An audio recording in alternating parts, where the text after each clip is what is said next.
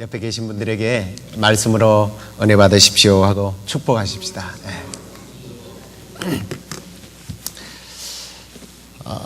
먼저 우리가 정말 새해 첫 주일 예배를 이렇게 드릴 수 있도록 우리를 인도하신 하나님께 감사와 찬송과 영광을 올려드립니다. 새해를 우리에게 허락하셨다는 것은 어떤 의미에서 이것은 하나님께서 우리에게 또다시 기회를 주셨다는 그런 의미라고 저는 생각을 합니다. 누가복음 13장에 보면 6절 이하에 보면 어떤 사람이 포도원에 무화과 나무를 심는 이야기가 나옵니다. 심은 후에 3년이 되고 그 후에 열매를 구했지만 열매를 얻지 못해요. 근데 좀 재밌지 않습니까? 왜 포도원에다가 포도밭에다가 이 무화과 나무를 심을까? 이 포도원이라고 하는 것은 이런 의미로 받아들이면 됩니다. 상황과 조건과 환경이라는 거죠. 포도원은 잘 경작되어진 그러한 환경이에요. 다르게 말하면 무엇을 심어도 풍성한 열매를 거둘 수 있는 좋은 조건이 되어 있다는 겁니다. 그리고 그러한 조건 속에 무화과 나무가 심어졌다라는 겁니다. 그런데 이 무화과 나무는 보편적으로 이스라엘 국가를 상징을 합니다. 그리고 이제 이 무화과 나무를 심으신 분은 하나님으로 등장을 하죠. 그런데 3년이 지났는데 열매를 맺지 못하는 거예요. 그래서 7절 말씀은 이렇게 시작이 되죠. 거원지기에게 이르되 내가 3년을 와서 이 무화과 나무의 실과를 구하되 얻지 못하니 찍어버리라. 어찌 땅만 버리고 있느냐. 굉장한 냉혹한 심판을 명령을 하십니다. 그런데 거기에 이제 과원지기죠. 그 일을 실질적으로 맡았던 이 과원지기가 주인에게 애원을 하는 모습이 8절과 9절에 나옵니다. 이렇게 애원을 하죠. 대답하여 가로되 주인이여 금년에도 그대로 두소서 내가 두루 파고 그름을 주겠습니다. 이후에 만일 실과가 열면 좋겠지만 그렇지 않으면 그때 찍어버리소서. 이게 9절 말씀이 한 번만 더 참았다가 안 되면 없애버리십시오 이런 의미는 아닐 겁니다. 자, 그러면 문제는 이 과원지기는 누구냐는 거예요. 바로 예수 그리스도를 말씀합니다. 예수 그리스도의 중보 사역을 말씀하는데 여기서 주님은 마치 멸망받아야 할 소돔성을 위해서 중보기도 하고 있는 그러한 아브라함과 같은 느낌을 우리가 받게 되죠. 그 당시 상황으로 볼 때 예수님께서 이스라엘 백성들을 향해서 인류를 향한 애정이 얼마나 애틋한지 잘 보여주는 그런 장면입니다. 예수님께서 이스라엘 나라 땅만 생각해 보십시다. 3년이나 그렇게 수고하고 애를 썼지만 이스라엘 백성들에게서 열매가 맺혀지질 않았어요. 다르게 말하면 그들이 하나님께로 돌아오지를 않는 겁니다. 예수님을 믿지 않는 거예요. 3년이나 지나도 그분의 3년 6개월 사역이 지나도 열매를 맺지 않는 겁니다. 쓸모없는 형편없는 나무처럼 그저 하나님의 진노만이 하나님의 심판만이 정답인 그런 상황이에요. 자, 그러면 포기하고 맞습니다. 버려도 좋습니다. 심판하십시오. 얼마든지 돌아서도 누가 뭐라고 말할 사람은 없을 겁니다. 그러나 주님은 포기하지 아니하시고 또 한 해만 참아주십시오 하고 애원을 했다는 거죠.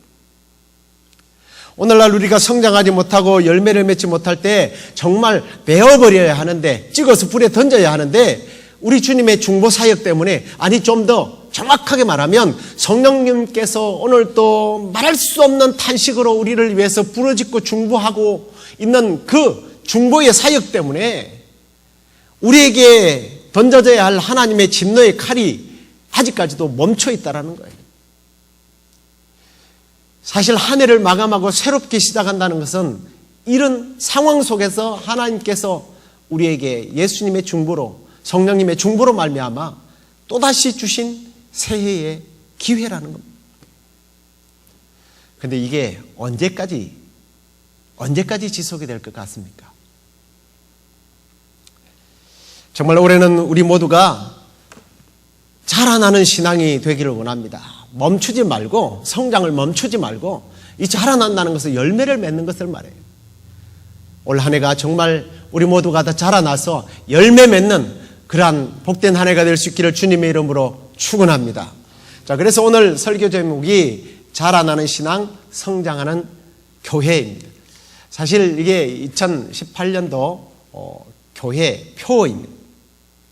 우리 모두가 올 한 해는 개인적으로 당연히 자라나야 하고 교회도 성장하는, 다르게 말하면 열매를 맺는 그런 한 해가 되어지기를 다시 한 번 더 주님의 이름으로 축원합니다.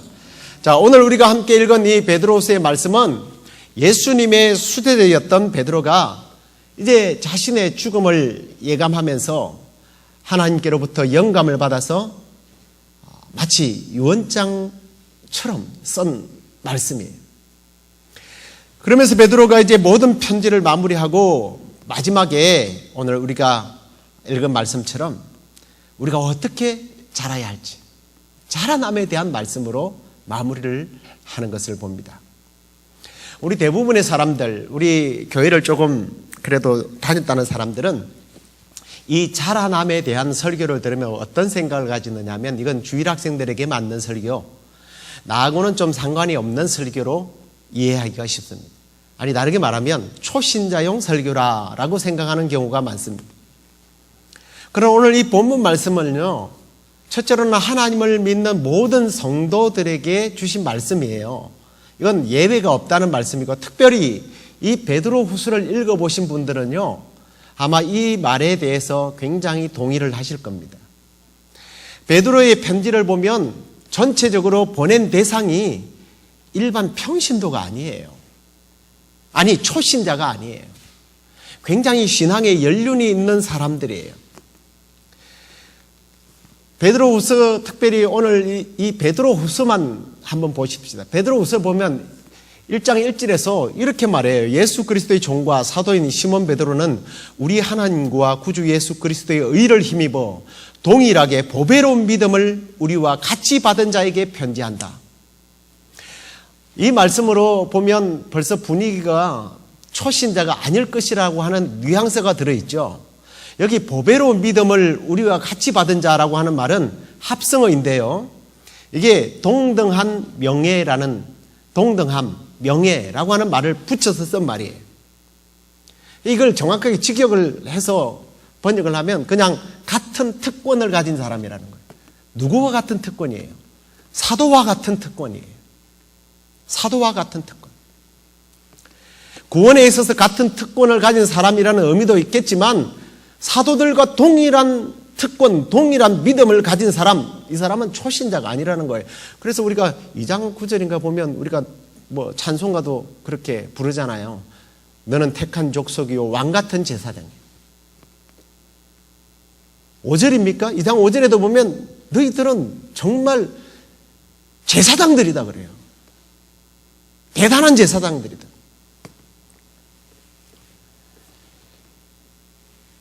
사도 바울도요, 보통 사도 바울 같은 경우에는 보통 서신서를 기록할 때 대부분 어떤 잘못된 믿음을 늘 지적하면서 당신들 이렇게 신앙생활 하면 안 돼요. 똑바로 신앙생활 하세요. 이런 말씀들이 굉장히 많이 들어가 있어요. 그런데 베드로후서는요, 핍박과 박해 속에서 믿음을 잃지 않고 전진해 나가고 있는 신실한 사람들에게 보낸 편지들이에요. 그런 사람들에게 여러분 자라나십시오.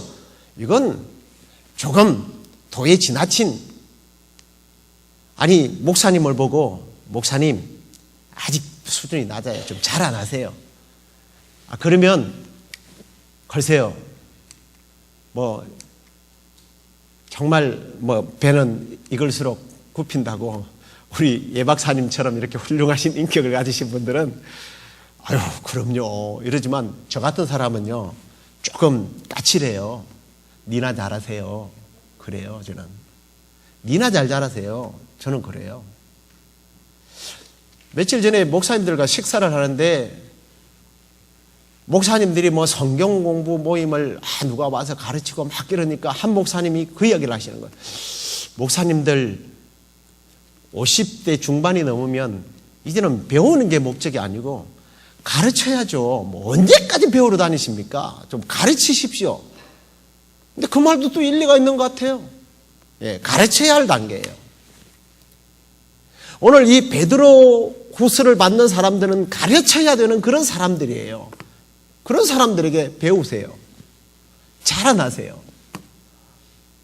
이건 보통 얘기가 아니에요. 사도 바울도 사실은 에베소 4장 13절의 말씀에 보면 우리가 자라날 것에 대해서 말씀을 해요.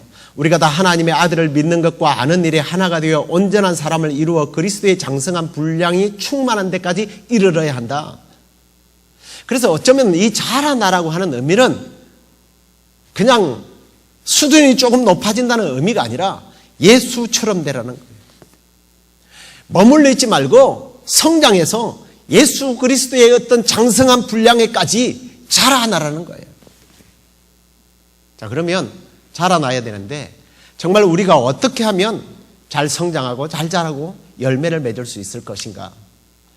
오늘 우리가 예수님의 제자였던 그리고 수제자였던 그 베드로가 인생의 마지막 순간에 정말 믿음 생활을 그렇게 잘하는 성도들에게 왕같은 제사장들에게 여러분 자라나야 합니다 라고 했던 그 말씀을 가지고 도대체 우리가 무엇이 어떻게 자라야 할지 함께 말씀을 나누고 싶습니다.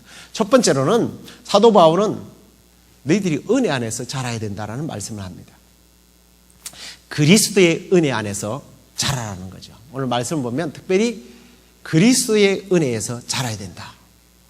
이 말은 그냥 쉽게 말하면 이런 얘기예요. 날마다 풍성히 베풀어지는 하나님의 은혜를 알고 누리는 가운데 성장하라는 거예요. 풍성한 은혜를 가지고 그 은혜에 맞게 우리가 좋은 음식을 먹으면 좋은 영양제를 먹으면 그 에너지가 나오잖아요. 하나님의 그 풍성한 은혜를 받으면 당연히 자라는 것은 당연하다라는 얘기죠. 그런데 우리 그리스도인들이 가장 많이 사용하는 말들 중에 하나가 저는 은혜라고 생각해요. 뭐 사랑, 뭐 이런 얘기보다는 사랑은 별로 많이 얘기 안 하는 것 같아요. 은혜가 제일 많이 나와요. 은혜. 때로는 복 받으세요. 이런 얘기를 하고 싶은데 수준이 낮다라는 소리를 듣기 싫어서 은혜 많이 받으십시오. 이럴 때가 참 많잖아요. 근데 이게 나쁘다는 얘기는 아니에요. 그건 괜찮아요. 그런데 심지어는 이런 경우가 있습니다. 무슨 일을 하는데 일이 잘 안 풀려요. 그러면 그 일을 포기하면서 뭐라고 그러냐면 이게 하나님의 은혜라고 그래요. 그냥 은혜 주시는 대로 하지. 없었던 일로 하는 것이 은혜다. 그럴 때도 은혜를 적용시켜요. 이게 과연 맞는 말 같습니까? 제가 서울에서 이제 전도사 생활을 할 때에 신촌에서 한 3년 정도 사역할 때입니다. 거기 신촌에 뭐 아시는 분은 아시겠지만 그 이랜드 본사 박성수 회장님이 경영하셨던 그 이랜드 본사가 전때 그 주위에 있었어요. 그래서 거기에 다니는 형제가 한 명 있었습니다. 그 형제와 대화를 주로 했는데 근데 제가 이제 궁금해서 거기 회사에는 사원들이 거의가 믿는 사람이겠죠. 그랬더니 어휴 전도사님 아니에요. 딱 50대 50이에요. 근데 내가 이유가 뭐냐 그랬더니 이유가 있대요. 물론 네 믿지 않는 50%를 전도하기 위해서 전도의 대상자로 생각하고 50을 뽑았겠죠. 근데 더 깊은 이유가 있다는 거예요. 그게 뭔지 아십니까? 대부분 크리스찬들로 사원들을 뽑아놨더니 회사가 경영이 안 되더래요. 왠지 아세요? 뭐 실수를 했으면 실수를 지적하고 이렇게 하면 안 됩니다. 그러면 은혜로 넘어가시죠. 그럴 때 은혜를 적용한다는 거예요. 아니, 하나님의 은혜고, 아니, 은혜로 가지 왜 이걸 가지고 그러면 안 됩니다. 그래서 회장님이 그 중력들을 모아놓고 이거 이래서는 안 되겠습니다. 우리 크리스찬들이 모범이 돼야 되고 분명히 복음 안에서 은혜는 맞지만 우리가 경영하는 데는 은혜로 되는 것이 아니라 하나님이 받은 은혜를 가지고 그것을 제대로 적용해야지, 뭐 일 안 풀리고 잘못하면 상사한테 은혜로 넘어가지고 저 사람은 은혜가 없어, 그럴 때 은혜를 적용하는 것은 잘못된 겁니다. 그랬다는 거예요. 그러면서부터 회사가 경영이 되기 시작하더라는 겁니다. 은혜에 대한 잘못된 오해들을 풀면서. 여러분, 좋은 게 좋은 겁니다. 대충 하십시다. 이게 은혜가 아니에요. 은혜가 얼마나 비싼 건지 아세요? 우리가 에베소 2장 말씀을 보면 은혜가 얼마나 놀랍고 대단한지 말씀이 나와요. 우리 2장 2절을 먼저 한번 읽어보겠습니다. 같이 읽겠습니다. 그때에 너희가 그 가운데서 행하여 이 세상 풍속을 쫓고 공중의 권세 잡은 자를 따랐으나 곧 지금 불순종의 아들들 가운데 역사하는 영이라. 자, 이 말씀은 뭐예요? 우리가 과거에는 이 세상의 더러운 문화에 빠져서 뒹굴고 살았고 그 길로 갔다는 거예요. 근데 그 길이 뭐예요? 공중권세 잡은 사탄이 좋아하는 길, 그 길을 따라갔던 존재들. 그리고 3절을 보십시오. 전에는 우리도 그 가운데서 우리의 육체의 욕심을 따라서 지내며 육체와 마음에 원하는 것을 하여 다른 이들과 같이 본질상 진노의 자녀였더니 육신의 욕망을 채우기 위해서 살았다는 거예요. 불순종의 자녀들이었고 진노받을 수밖에 없는 자녀였고 영원한 지옥 불끄덩에 떨어질 수밖에 없는 존재들이 우리라는 거예요. 그런데 4절에 가서 역전이 펼쳐집니다. 같이 한번 읽어보겠습니다. 시작. 긍휼에 풍성하신 하나님이 우리를 사랑하신 그 큰 사랑으로 인하여 5절 시작. 허물로 죽은 우리를 그리스도와 함께 살리셨고 너희가 은혜로 구원을 얻은 것이라. 긍휼에 풍성하신 하나님의 사랑으로 인하여 구원받았는데 그 구원이 예수 그리스도의 피값으로 우리에게 주신 축복이라는 거예요. 이게 은혜라는 거예요. 저와 여러분을 구원하시기 위해서 그분이 행하신 은혜가 십자가에서 자기의 몸을 죄의 값으로 지불하시고 그분은 우리를 위하여 죽어주셨다는 거예요. 그게 성경에서 말하는 은혜입니다. 그 은혜 때문에, 그 사랑 때문에 지옥에서부터서 천국으로, 죄와 심판으로부터 구원을 받게 된 그 놀라운 축복, 이게 은혜예요. 이걸 우리 삶에 적용한다면 정말 그 구원의 피값이 얼마나 대단한 것인지, 그 구원의 은혜의 값이 얼마나 대단한 것인데 뭐 좀 잘못한 거 있으면 은혜입니다. 아유, 뭐 은혜로 가죠. 은혜를 싸구려로 만들고 있어요. 이건 은혜로 자라나는 게 아니에요. 은혜를 이용해서 우리가 점점 믿음의 성장이 있어야죠. 정말 구원의 은혜가 우리의 삶에 적용될 때 그저 우리의 영혼만 천국에 가는 것이 아니라 우리의 삶 구석구석에 하나님께서 세밀하게 개입하시고 역사하셔서 우리로 하여금 하나님의 아들 예수 그리스도의 그 장성한 분량까지 자라나게 하시는 것, 그게 은혜로 자라는 거예요.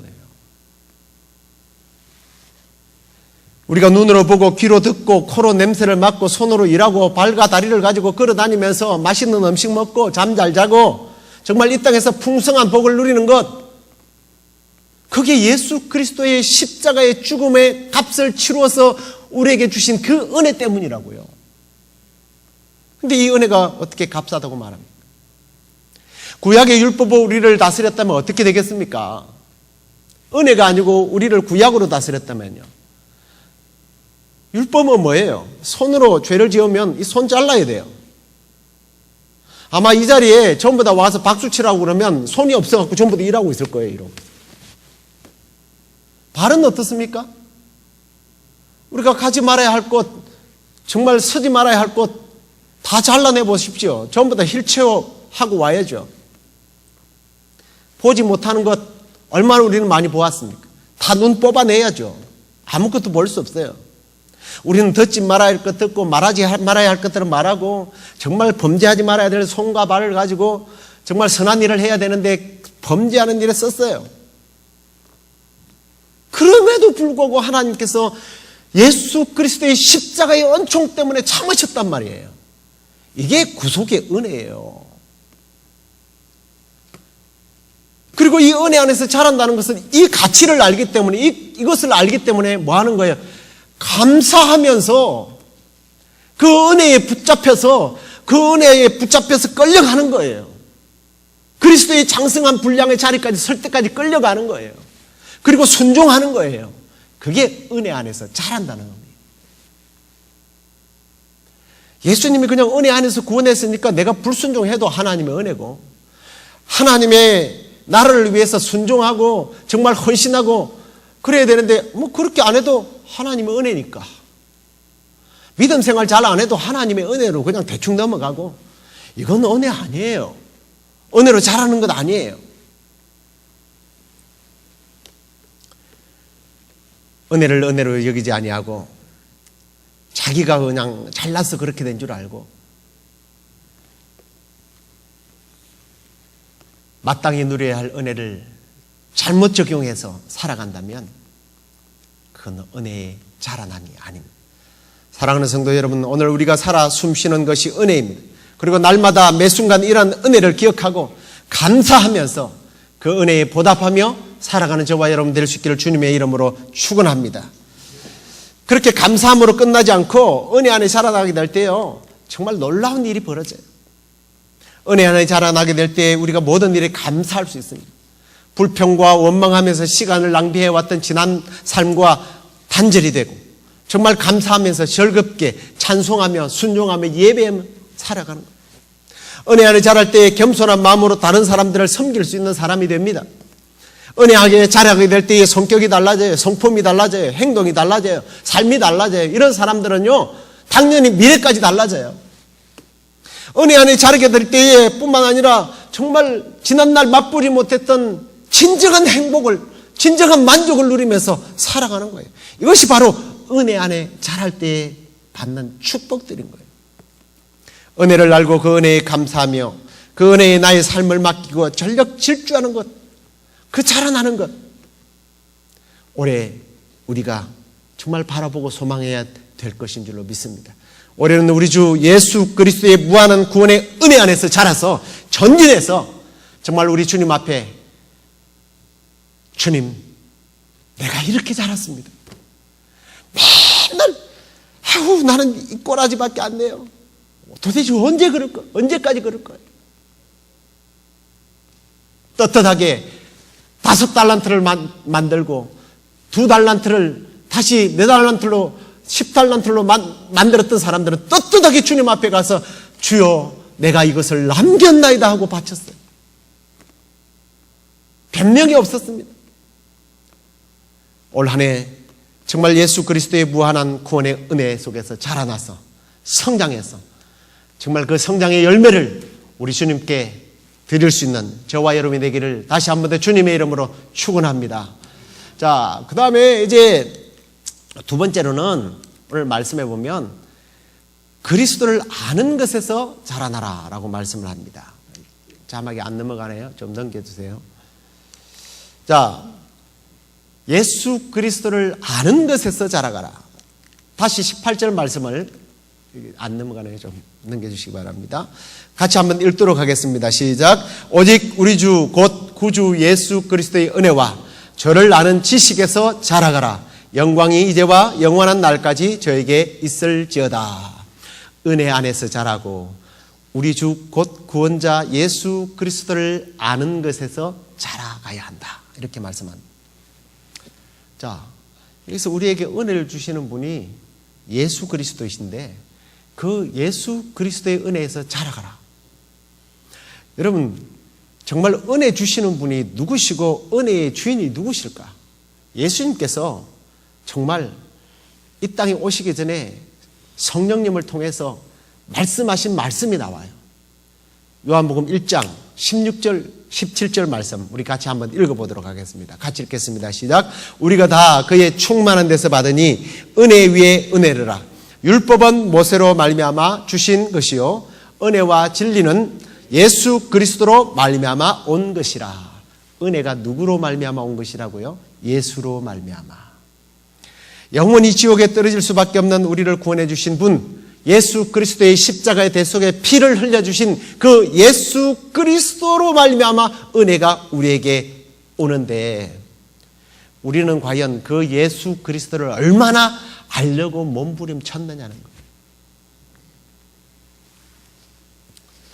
제가 앞에도 말씀을 드렸습니다만 이 메시지가 이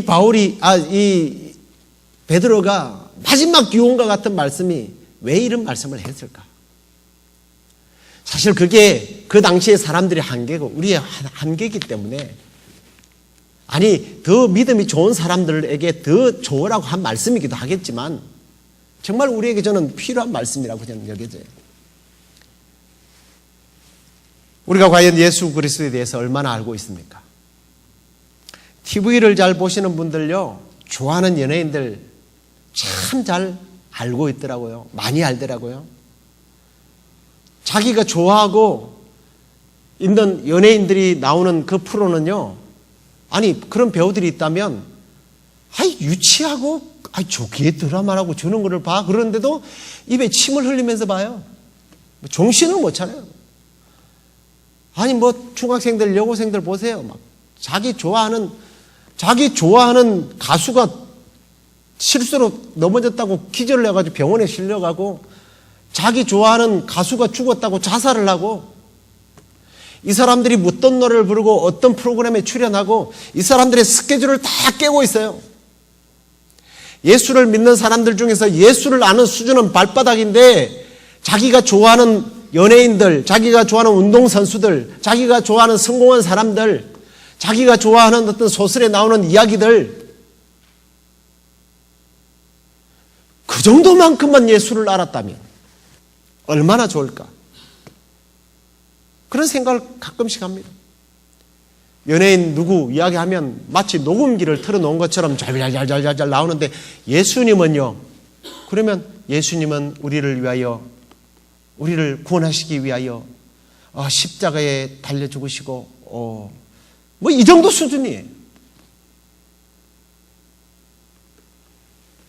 정말 예수님을 더 알면 알수록 믿음이 자라고 사랑이 자라나고 순종이 자라나고 예수님과 같은 인격의 믿음의 소유자가 될 텐데 예수님을 알아가지를 않으려고 그러는 거예요.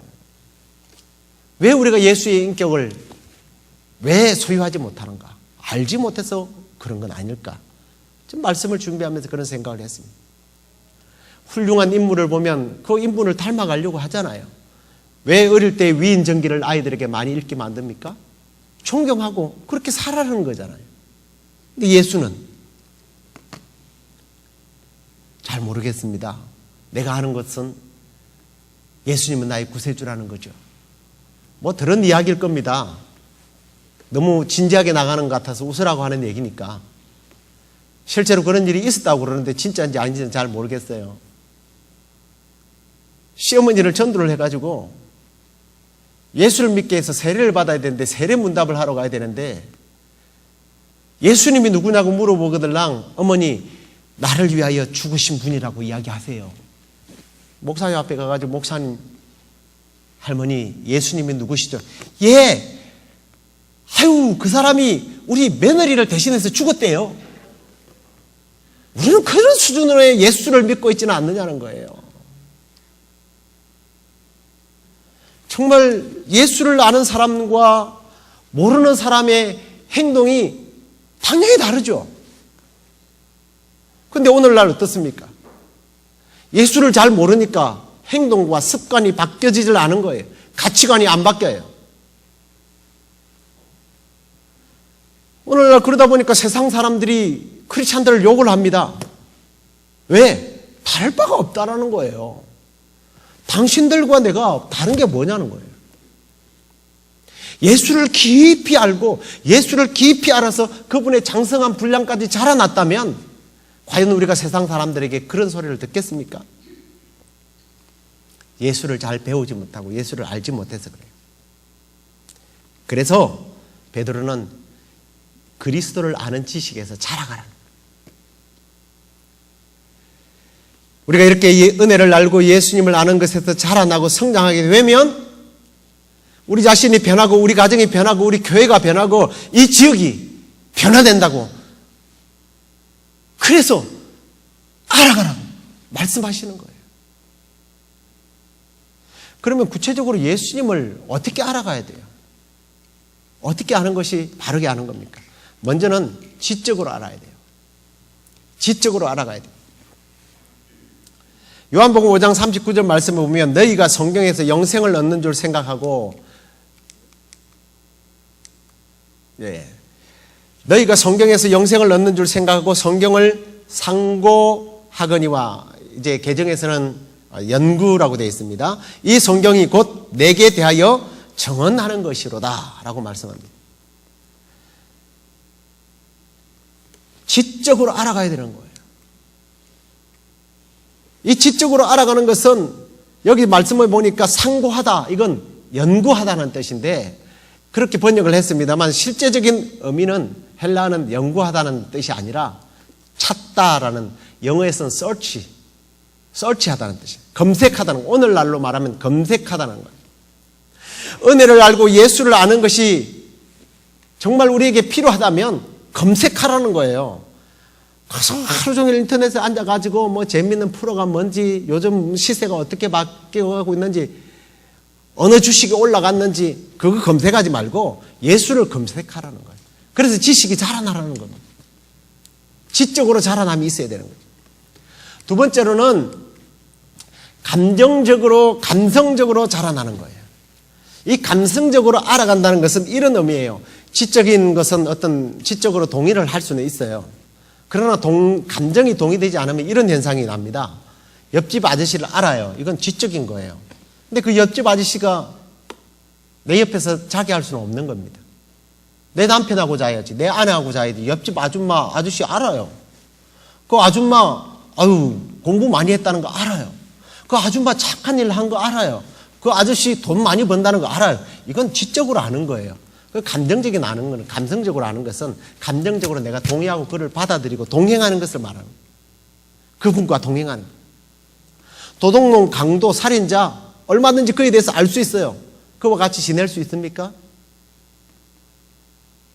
이 알아간다는 것은 그저 지식적으로 아는 것이 아니라 예수 그분과 함께 동행하고 싶은 거예요. 그분을 믿고 따르는 거예요.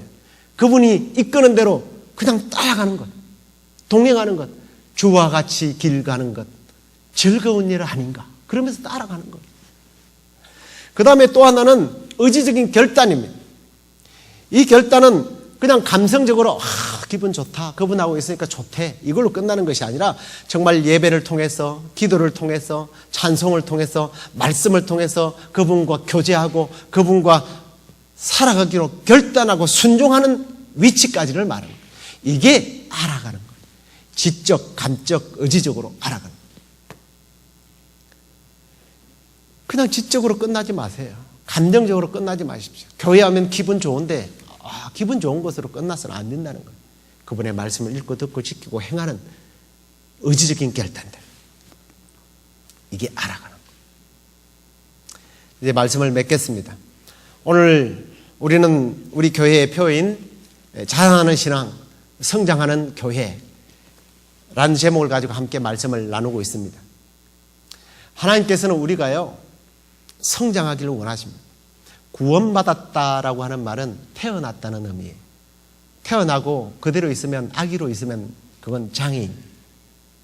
혹시 우리가 영적 장애인으로 자라나지 못하고 어떤 사람은 성장했다가도 퇴보하는, 성장이 멈춰있는 사람들, 퇴보하는 사람들. 그래서 혹시 우리 주님의 심판의 칼을 들고 지금 내리 찍을까 말까 하는데 성령님께서 제발 오래만 참으소서, 그런 상황인지, 아니면 착하고 충성된 종이라고 주님 앞에 칭찬을 받아야 하는 그런 상황인지, 우리 자신들을 한번 돌아보면서 올 한 해는 내 신앙이 자라나야지, 나의 삶이 바뀌어야지, 우리 주님이 기뻐하시는 모습으로 우리가 돌아서야지, 내가 돌아서야지, 그런 결단하고 정말 그런 결단이 있을 때에 우리 자신과 가정과 교회가 부흥하고 저는 성장하리라 확신합니다. 오늘 마지막 말씀을 한번 보십시다. 우리가 이렇게 자라날 때 어떤 놀라운 역사가 일어나는지 마지막 말씀 우리 함께 같이 읽도록, 다시 한번 읽도록 하겠습니다. 오직 우리 주 곧 구주 예수 그리스도의 은혜와 그를 아는 지식에서 자라가라. 영광이 이제와 영원한 날까지 저에게 있을지어다. 자라가면 뭐가 있다고요? 영광이 이제와 영원한 날까지 저에게, 이건 사실은 우리 주님께 있다라는 말씀인데, 저와 여러분들이 자라남으로 통하여 어떤 일이 일어났느냐? 하나님이 영광을 받으십니다. 당신이 영광을 받으실 때의 성경 역사를 보십시오. 예수 그리스도께서 영광을 받으시고 하나님의 영광을 받으실 때 그분이 가만히 있는 성경 구절이 없어요. 하늘 보좌에서 벌떡 일어나서 당신의 영광을 드러내는 하나님의 백성들에게 찾아가셔서 당신의 영광과 능력을 쏟아내시는 분이 우리 하나님이시라는 말이에요. 우리가 자라날 때 은혜 안에서 자라고 그 구원의 은혜가 날마다 자라나고 예수 그리스도를 아는 지식에서 풍성히 자라날 때 정말 우리 하나님께서 올 한 해 가만 보좌에 앉아 계시지 않을 거예요. 손을 걷어붙이고, 오냐, 너희들이 자라난다면 내가 일하마. 내가 지금까지도 일해왔지만 특별히 내가 너희들을 위하여 일하마. 너희 교회를 위해서 일하마. 너희 가정을 위해서 일하마. 너희 사업체를 위해서 일하마. 우리 하나님의 그런 큰 영광의 비전들이 저와 여러분의 삶을 통해서, 자라나는 저와 여러분을 통해서, 열매 맺는 저와 여러분을 통해서 일어나게 될 줄로 믿습니다. 그런 복된 한 해, 그런 놀라운 축복을 받는 한 해가 되기를 주님의 이름으로 축원합니다. 우리 이제 일어나서 여기에 모인 우리 찬양을 할 텐데요. 그 찬양을 부르고 나서 우리가 이렇게 기도하도록 하겠습니다. 기도의 제목을 한번 우리가 일어나서 우리 찬양팀이 준비할 동안 함께 읽도록 하겠습니다. 시작. 새해는 은혜와 예수님을 아는 지식이 자라게 하옵소서. 주님을 찾고 동행하고 믿음의 온전한 삶을 살기로 결단케 하소서.